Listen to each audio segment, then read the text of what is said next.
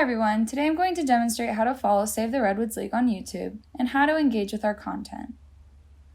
To go to YouTube on your desktop, you can go to Google, search YouTube, and then click on the first option. This will take you to the desktop version of YouTube. To go to YouTube on your mobile device, you will need to make sure you have the app downloaded first. To do this, go to the App Store, click on the magnifying glass in the bottom right-hand corner of your screen, search for YouTube, and hit download. My screen says open because I already have the app, but the download button should be where it says open.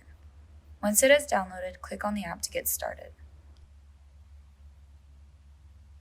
To find our channel, look for the magnifying glass icon located in the upper right-hand corner of your screen. Click it and search Save the Redwoods League. Then select the first option. You should see some of the latest videos from the league.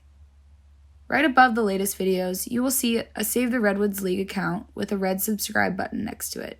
Click subscribe. You will now be subscribed to the league's content.